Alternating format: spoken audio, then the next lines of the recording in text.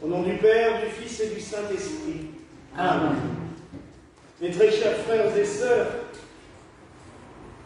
comme vous l'avez peut-être entendu depuis le début de cette messe, et surtout dans cette magnifique séquence, ce texte si beau de l'ancienne liturgie franciscaine, nous avons retracé les grandes étapes de la vie de la Vierge Marie. Ces 7 grandes joies qui font exulter le cœur tant de la Vierge Marie que le nôtre. Quand nous sommes arrivés ici il y a 6 ans, et comme je le dis souvent en rigolant, avant que Saint Joseph ne prenne possession des lieux, un peu de force et sans que ce soit voulu, notre Église a été dédiée à Notre-Dame des 7 joies. D'ailleurs, c'est toujours le nom qui est écrit sur la porte, et le retable qui représente les 7 joies de la Vierge est toujours là-bas, près de la statue. Nous avons choisi cette dévotion parce qu'elle parle beaucoup. Elle n'est pas très ancienne, c'est du XIVe siècle, et elle vient d'un frère franciscain, un jeune frère qui se retrouve dans son couvent, et il avait l'habitude, avant de venir dans ce monastère, de tresser des couronnes de fleurs à la Vierge Marie. Mais il est tombé sur un prieur qui n'était pas commode, un père gardien, parce que c'est comme ça qu'on dit chez les franciscains, qui n'était pas commode et qui lui a interdit de faire cela. Il était tout triste, tout malheureux, en disant « Mais pourquoi on m'interdit d'offrir des fleurs à Marie ?» Et un jour, la Vierge lui apparaît et elle lui dit « Si tu ne peux me faire des couronnes de fleurs fraîches, fais-moi des couronnes de prière. » Et prie 7 dizaines du chapelet en l'honneur des 7 grandes joies qui ont parcouru ma vie. Il va le faire.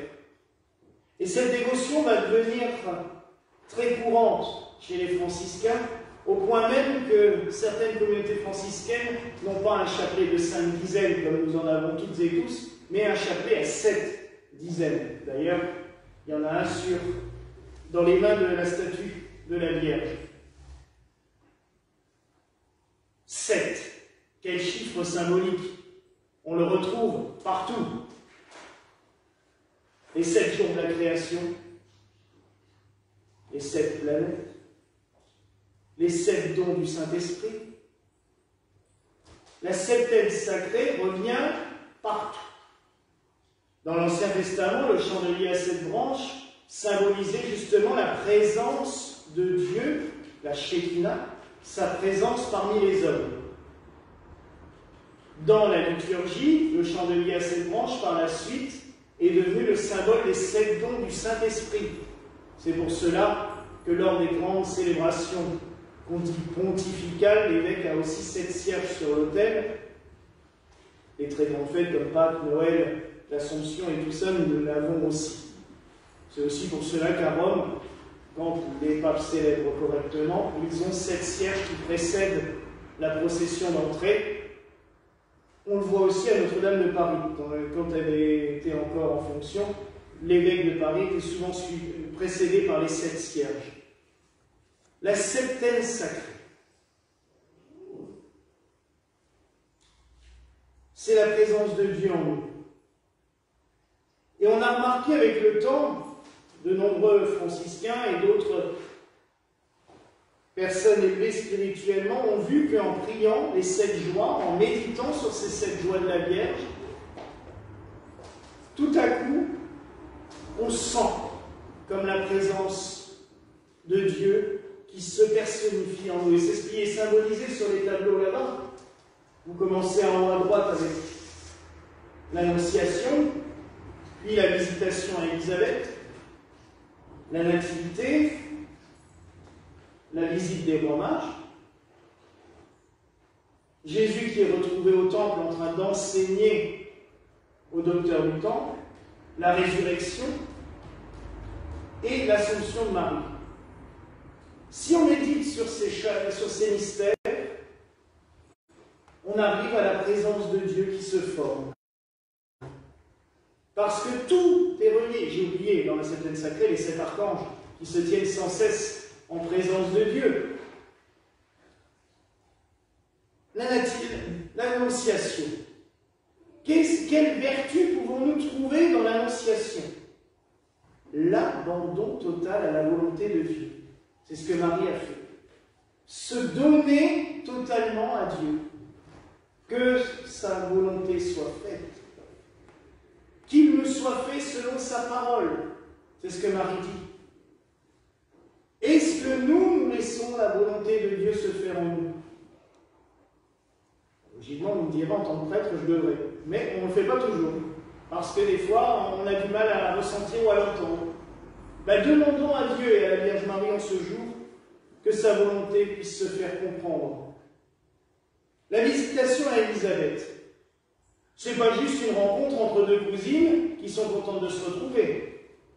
C'est déjà l'action de grâce, puisque Marie nous donne ce magnifique texte du Magnificat. Mon âme exalte le Seigneur, exulte mon esprit en Dieu mon Sauveur. Mais c'est aussi un geste de charité. Marie va aider sa cousine, on le dit clairement dans les évangiles. Elle va aider sa cousine, elle va lui donner un coup de main, parce que sa cousine est âgée. Elle est enceinte, mais elle est âgée. Les difficultés de la grossesse et de l'enfantement vont être très compliquées, et elle vient pour l'assister, pour être auprès d'elle. Là aussi, en faisant les actes de charité, nous faisons naître Dieu en nous. C'est lui qui nous a bien dit que chaque personne que l'on aidera, que chaque petit que l'on rencontrera, c'est Jésus lui-même que l'on rencontre et que l'on aide. La nativité. Marie nous offre Dieu, elle nous donne le Sauveur. Vous allez me dire, oui, mais ça, c'est pas donné à tout le monde. Non, on ne va pas toutes et tous enfanter le Sauveur. Mais nous pouvons le donner aux autres. Par le témoignage, par la présence. Si nous ressentons Dieu en nous, nous pouvons facilement l'offrir aux autres, le donner aux autres. Et oui. Et là, c'est quelque chose de fort et de puissant. La visite des rois, des mages surtout, parce que les rois, c'est une extrapolation qui date de bien plus tard. Il faut dire qu'il fallait quand même avoir beaucoup d'argent pour faire une caravane qui traverserait tout l'Orient comme cela. Donc, ils étaient au moins riches, mais les rois, ça, on n'a aucune certitude. Des mages venus d'Orient. Cela nous rappelle aussi que le message du Christ ne s'adresse pas qu'aux bons chrétiens, à l'époque ou aux juifs. On connaît tous le débat entre Pierre et d'autres disciples. Certains disaient non, il faut prêcher qu'aux juifs, les autres ne sont pas concernés par le message du Christ. Et Pierre, à un moment donné, qui dit non, ça suffit, on va parler à tout le monde. Il faut porter le message du Christ à tout le monde, il est universel. C'est la révélation qu'ont eu les mages, mais c'est aussi la révélation qu'ont eu tant d'autres religions païennes, quand on est venu leur annoncer le message du Christ, où ils y ont vu l'accomplissement de ce qu'ils avaient ressenti au plus profond d'eux pendant des siècles. Alors oui, nous sommes amenés, en tant que chrétiens, à porter le message du Christ, pas seulement autour de nous, mais partout où Dieu nous appelle. Les retrouvailles au temple. Marie et Joseph ont cherché pendant 3 jours Jésus dans le temple, dans Jérusalem. Ils l'ont perdu. Mais à l'époque, ce n'était pas anodin. On sait que les enfants étaient dans toute la caravane, il n'y avait pas de soucis, ils étaient en famille. Mais là, ça fait 3 jours quand même qu'on ne sait pas où il est et on le cherche. Et ils le retrouvent au temple. Il y a 2 choses que nous pouvons tirer de ce mystère. Déjà que les volontés de Dieu ne sont pas toujours les nôtres. Il faut l'accepter aussi. Imaginez Marie et Joseph quand Jésus leur répond, que Marie lui dit, mais nous te cherchons depuis 3 jours. Et Jésus, 12 ans, qui leur dit « Mais ne saviez-vous pas que je dois être aux affaires de mon père ?» Pour Marie, c'est compliqué. Pour Joseph, le père adoptif, ça devait être encore plus difficile à avaler. Parce qu'il se retrouve face à une réalité. Tous ceux qui ont adopté savent qu'à un moment donné, on fait abstraction. On oublie totalement. Jusqu'au jour où il y a des fois un truc qui nous vient dans la figure et ça fait mal. Et Joseph s'est retrouvé confronté à ça. Marie aussi. Il se retrouve à se dire, ben oui, Dieu passe avant toute chose. Et il y a des moments où on doit s'abandonner soi-même, renoncer à certaines choses pour servir Dieu. Ce mystère nous aide aussi à comprendre d'autres choses, les mystères de Dieu. On ne comprend pas tout. On ne peut pas toujours tout savoir à l'avance. La preuve, dans l'Apocalypse, avec les 7 sceaux, Dieu nous dit bien qu'il se révèle petit à petit et que le Christ va nous ouvrir les sceaux au fur et à mesure. Il faut méditer et prier là-dessus pour demander à Dieu qu'il continue toujours à se révéler à nous. La résurrection. Le Christ Sauveur nous apporte la vie. Il est mort pour nous apporter la vie. Il nous apprend aussi que sans cesse, il y a des fois des choses qui ne vont pas aller dans notre vie. Qu'on peut tomber, même très bas, mais que derrière, il y a toujours une résurrection. Il y a toujours cette vie qui surgit. Et que le jour où nous avons compris cela, nous pouvons toujours aller plus de l'avant. Ne pas s'arrêter sur ce qui nous semble être une fin, mais aller de l'avant, ressusciter avec le Christ, vivre avec lui, et aussi porter ce message de la résurrection. Trop de chrétiens se cachent de croire en la résurrection. Quand on demande à des chrétiens, souvent, vous y croyez?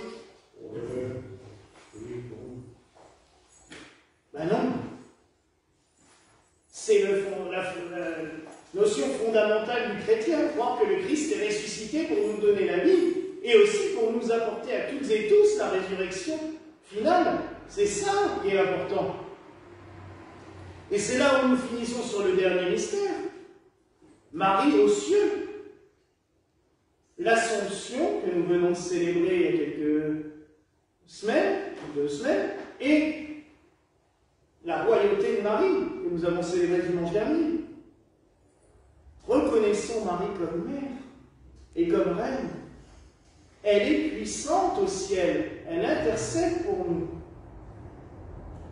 Vous voyez, mes frères et sœurs, que si nous méditons sur ces mystères, nous englobons à peu près tout le mystère de Dieu, par ses diverses facettes, ses diverses manifestations à nous, en tant qu'humains.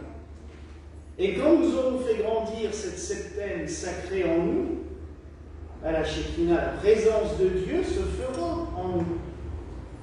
Et c'est pour cela qu'il y a 6 ans, on a choisi de dédier cette église à Notre-Dame des 7 joies.